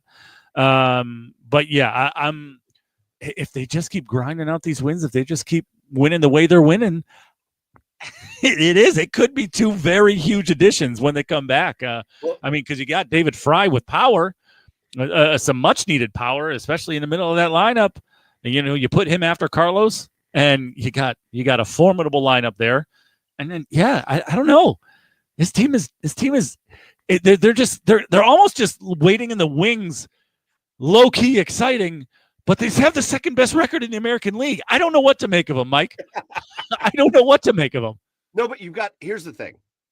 Your and yes, Joe asked this question. I do think Corey Kluber joined the team as like some kind of coach. I don't remember what the announcement was, but yes, I do think he's part of the organization. Yeah. Let's take a look at news from this week, right? They sent Rocchio down. I mean, Rocchio is the biggest disappointment of the year. Yeah. Because he was the best player for the Guardians in the playoffs last year. Right. And you thought, man, if this is the kind of growth that this guy can show. Well, nope. Didn't show that. He was awful. Terrible. Right. Terrible. Right. And so then it felt like, well, shit. That is going to be disastrous for this team. Right. But then all of a sudden, Chad, not only do you have Gabe Arias, who is awesome. Right. Can we say that now? Can we finally admit that Gabe Arias is awesome? Awesome. He's awesome. Yeah. He's awesome. His last chance, and he's coming through. He's not coming through. He is like, I'm staying. Well, yeah, he's coming through. He's making good on his last chance. Oh, he's amazing. Yeah. But then you got Daniel Schneemann. Yeah. Man, listen. If you came into this season telling me that that Gabe Arias can play shortstop and hit, what's Arias hitting? 269 was the last I saw. Yeah, 263. He's got 4 homers, 19 RBIs, but like he's productive. Right. And he's good in the field. Right. So if you're telling me that dude can play shortstop, right, because he's got the best arm on the team. Right. And all of a sudden, Daniel Schneemann, what's he hitting? 262. If Daniel Schneemann's hitting 262 with 5 homers and like the dude's got a productive bat. Right. All of a sudden I'm going, okay, Carlos Santana needs to get better, but he, like you said last week, he's a notoriously slow starter. Right. Jose's coming around now. Stephen Kwan's been amazing. Steady Eddie. You're about to get Lane Thomas back, and I know he had a slow start to the year, but Lane Thomas has a track record of being a good player. Right. Nolan Jones has been coming around big time lately. John Kenzie's even swinging a better bat lately. Like, Manzardo's still playing well. Like, I don't know. I feel like this Guardians team is still like, all of a sudden now the bullpen's coming around. I feel like we're there. I feel like we're going to win a bunch of games. I feel like this Guardians team, I'm going to go out on a limb right now. This is a 90-plus win Guardians team. I'm saying it now. Hey, Mike, look at us. Huh? Who'd have thought? Here we are. Who'd have thought? Who'd have thought? Yeah. Yeah. I mean, it's just, they just got to stay consistent and stay productive. Obviously, it's you're going to ride the peaks and valleys of a baseball season, but yeah, it's if they stay in this 240 to 260, 270 range, those guys, it could be a very good season for the Guardians for sure. Yeah, I agree. And again, if you can get David Fry back and he's what he was last year, and if you can get to me, I think you're absolutely right. If you can get Shane Bieber back into that starting rotation, and he's Shane Bieber, yeah. And now all of a sudden we're talking about Bieber as your ace. Yeah. And then we're talking about Bibee as like the next guy down. Right. And we'll see what Lively does. He's on the 15-day, but like we'll see what he does. But I'll tell you, Luis Ortiz is like, look what he did yesterday. Luis Ortiz, or No, he pitched that last game. Ortiz pitched the last game against the Phillies, but like he was good. Yeah. Hey, the kid. I mean, he's got the best stuff on the team. He's hit or miss right now, but he's got the best stuff on the team. But look at what Gavin Williams did today. Yeah. If you can get Bieber at the top of that and just kind of push everybody down one, and your bullpen comes now, all of a sudden, Cade's playing better.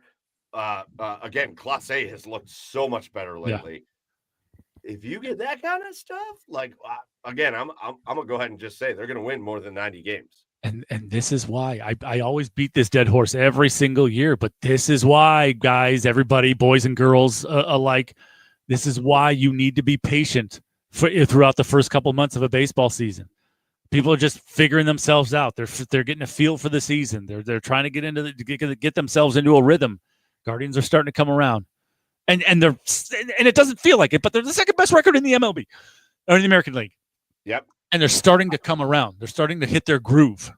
I do want to answer this question from Jody. He said, "What happened to Big Christmas? Is he just like the next Oscar?" Kind of maybe. Yeah. I want to answer this question by saying maybe, but here's the difference. The Guardians, after that, 2022 season, needed Oscar to really step up. Yeah.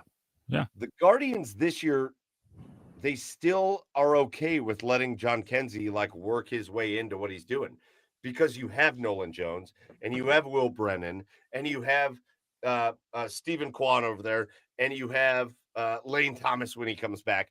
There isn't pressure on John Kenzie Noel to like figure it out all at once. Yeah. And that's different. Oscar Gonzalez had to figure it out all at once. Right. Or what's the dude's name that went to Cincy? The outfielder that went to Cincinnati and had a good year, but Benson. Yes, Will Benson. That's it. Those guys were like relied on to take the next step, and then they didn't. John Kenzie isn't relied on. He's just like, hey, let's throw him out there in situations. Let's throw him out there against lefties. Let's throw him out there in like pinch hit situations, and let's see if he can come through. Right. So there's time to let him develop. And I like that. Yeah. Agreed. All right, Chad. I want to get out of here in a minute. I want to do our cheers of the week in a minute, but I do want to hit on one last thing before we get out of here. I do want to hit on Stanley Cup playoffs. Sure. Because again, they've been awesome. They've been great. So tonight, these are my playoffs.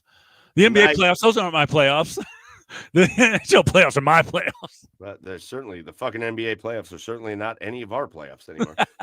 Tonight, Chad, we saw the Dallas Stars take a commanding lead over the Winnipeg Jets. Again, I think the Dallas Stars are the favorite to win the Stanley Cup. Yeah. And man, did they look like it tonight. They dominated the Jets. 3-1, they win. They take a 3-1 lead. Last night,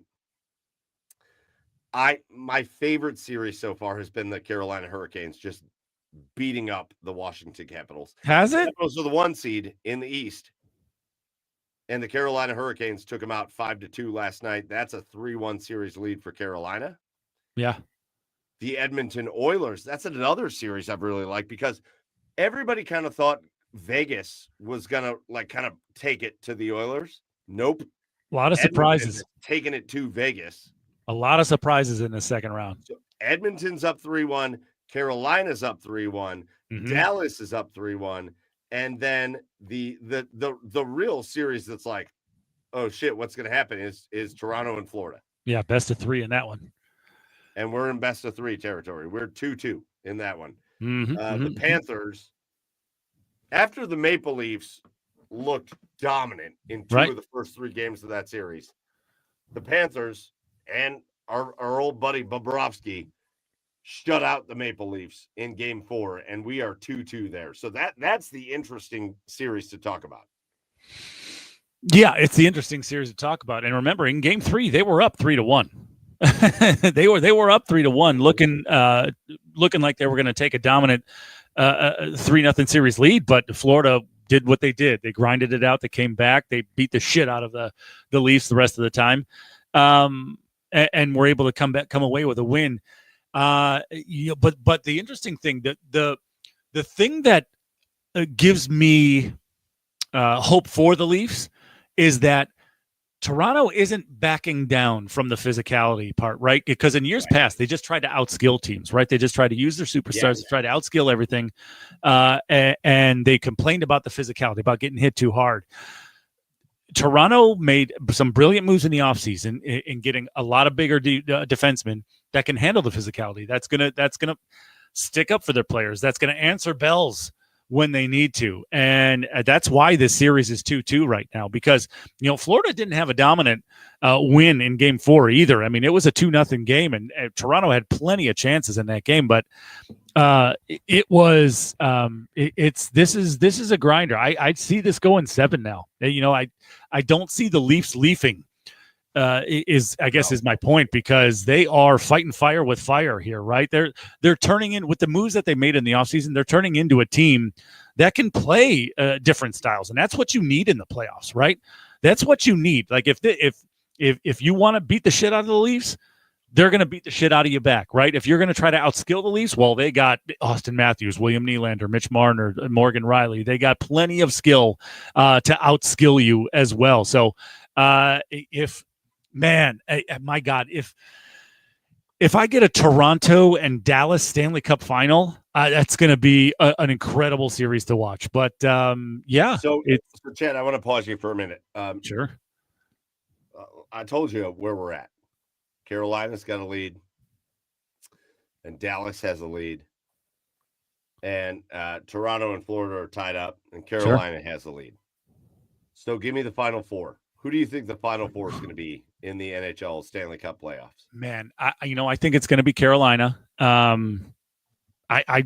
love what they've done in the series. I'm surprised. Honestly, I'm surprised. I'm not surprised that they've won games. I'm surprised at how they've been winning games in such dominant fashion over the Capitals. Give me Carolina, and man, I mean, until they knock them off, I'm going to say Florida. Florida's going to be Toronto in 7. And give me Edmonton. Edmonton is just like the hockey gods intended. Carolina versus Florida. Of course. Jeez.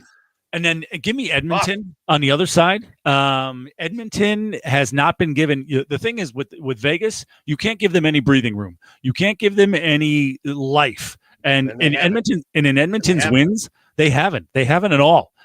And then Dallas. That was the no-brainer for me. I mean, Winnipeg is kind of like the Atlanta Hawks of the NHL. They haven't gone through the battles, right? They're a good team, really good team. They haven't gone through the battles. Not just because they were the Atlanta Thrashers. Exactly.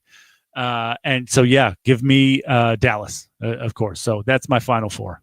Yeah, I think I listened to that Final Four, and I think the exact same.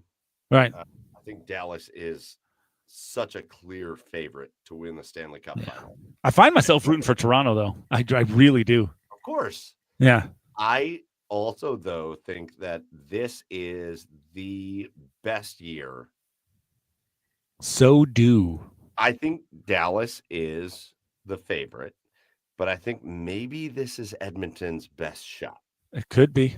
I think if they come off, let's say Edmonton wipes out Vegas, that's a very difficult team to just dispatch in the playoffs. Yeah.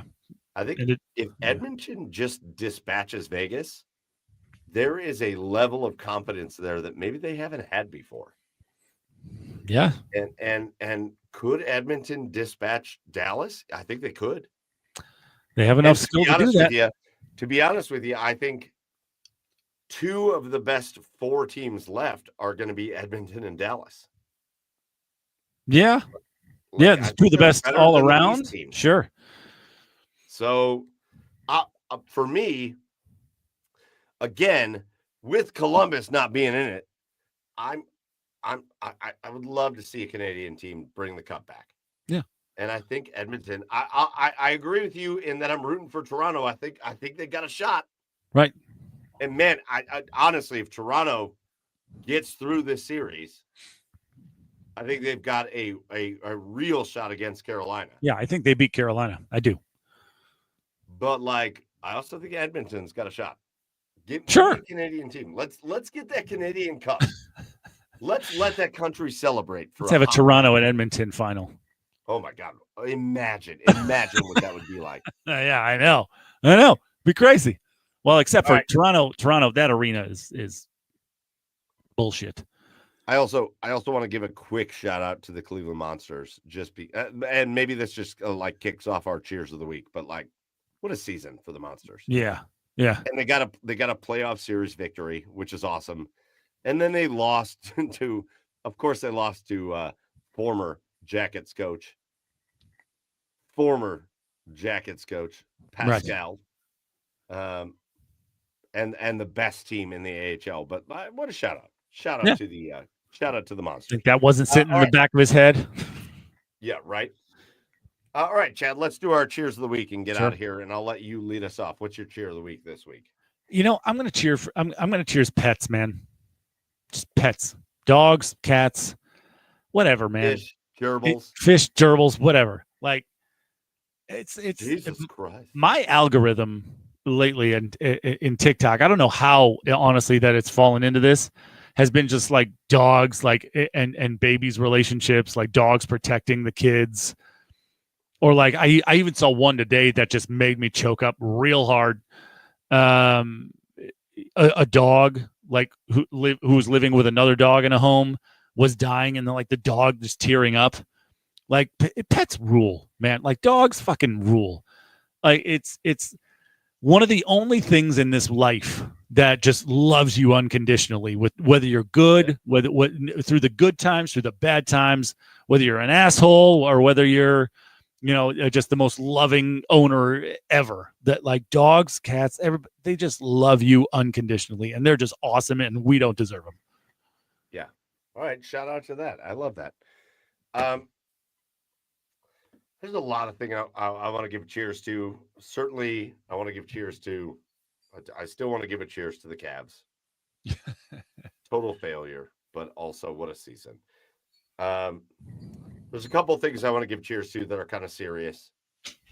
I do want to give cheers to, if you're from the Cleveland area, I want to give cheers to the Bay Village player that passed away. That just a devastating story. And to him and his family, I can't imagine, dude. Yeah. Oh, yeah. In a game, right? I don't know. His name is Dylan. Right. Just a freak accident in a game. Dylan Veselik. I want to give a shout out to him and his family because it's heartbreaking. But I do want to give a shout out to something that I have found very moving and very cool.